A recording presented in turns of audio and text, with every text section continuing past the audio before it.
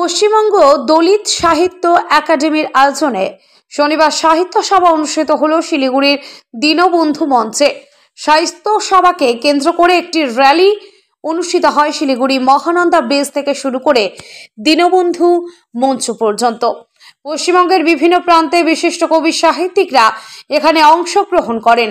আর এই সভায় অংশগ্রহণ করার সুযোগ পেল জলপাইগুড়ি সদর ব্লকের বোয়ালমারি নন্দনপুর অঞ্চলের প্রসন্ননগর পাড়ার লেখক বিকাশ সরকার। এদিনের এই সাহিত্য সভায় বিকাশ তার নিজের লেখা একটি অনুগল্প পাঠ করে, যা উপস্থিত সকল কবি সাহিত্যিকদের কাছে গ্রহণযোগ্যতা অর্জন করে। বিকাশ বলেন, এদিনের এই সাহিত্য সভায় অংশগ্রহণ করতে পেরে আমি ভীষণ খুশি এবং পশ্চিমবঙ্গের বিশিষ্ট কবি সাহিত্যিকদের সান্নিধ্য পেয়ে ভীষণ গর্বিত। তিনি আরও বলেন, আমার লেখা অনুগল্প বেদে বস্তির মেয়ে পিএইচডি সকলের খুব ভালো লেগেছে। এদিন উপস্থিত ছিলেন পশ্চিমবঙ্গ দলিত একাডেমির সভাপতি মনোরঞ্জন বেপারী, সহসভাপতি আশিস হীরা, সদস্য অভিজিৎ মণ্ডল, রাজ্য নবশূদ্র ওয়েলফেয়ার বোর্ডের চেয়ারম্যান মুকুল বৈরাগ্য সহ অন্যান্যরা। পশ্চিমবঙ্গ দলিত সাহিত্যের একাডেমির আয়োজনে শিলিগুড়ি দীনবন্ধু মঞ্চে অনুষ্ঠিত হচ্ছে সাহিত্য সভা। সেই অনুষ্ঠানে আমি জলপাইগুড়ি থেকে এসে অংশগ্রহণ করেছি। উত্তরবঙ্গের বিভিন্ন এলাকা থেকে এখানে কবি সাহিত্যিকগণ অংশগ্রহণ করেছেন।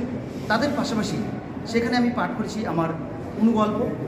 প্রত্যেক কবি সাহিত্যিকরা এখানে কেউ কেউ গল্প কবিতা পাঠ করেছেন এবং এখানে অংশগ্রহণ করেছিলেন কলকাতারও বেশ কিছু সাহিত্যিক এবং বিশিষ্ট ব্যক্তিবর্গরা রয়েছেন।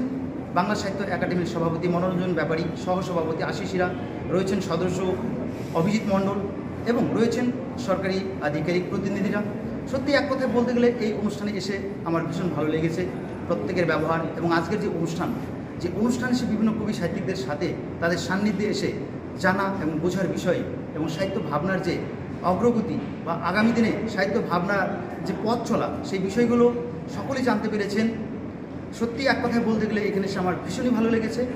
তাই সকল কবি বন্ধুদের আমার অনেক অনেক অভিনন্দন। সকলেই ভালো থাকবেন, সুস্থ থাকবেন। নমস্কার।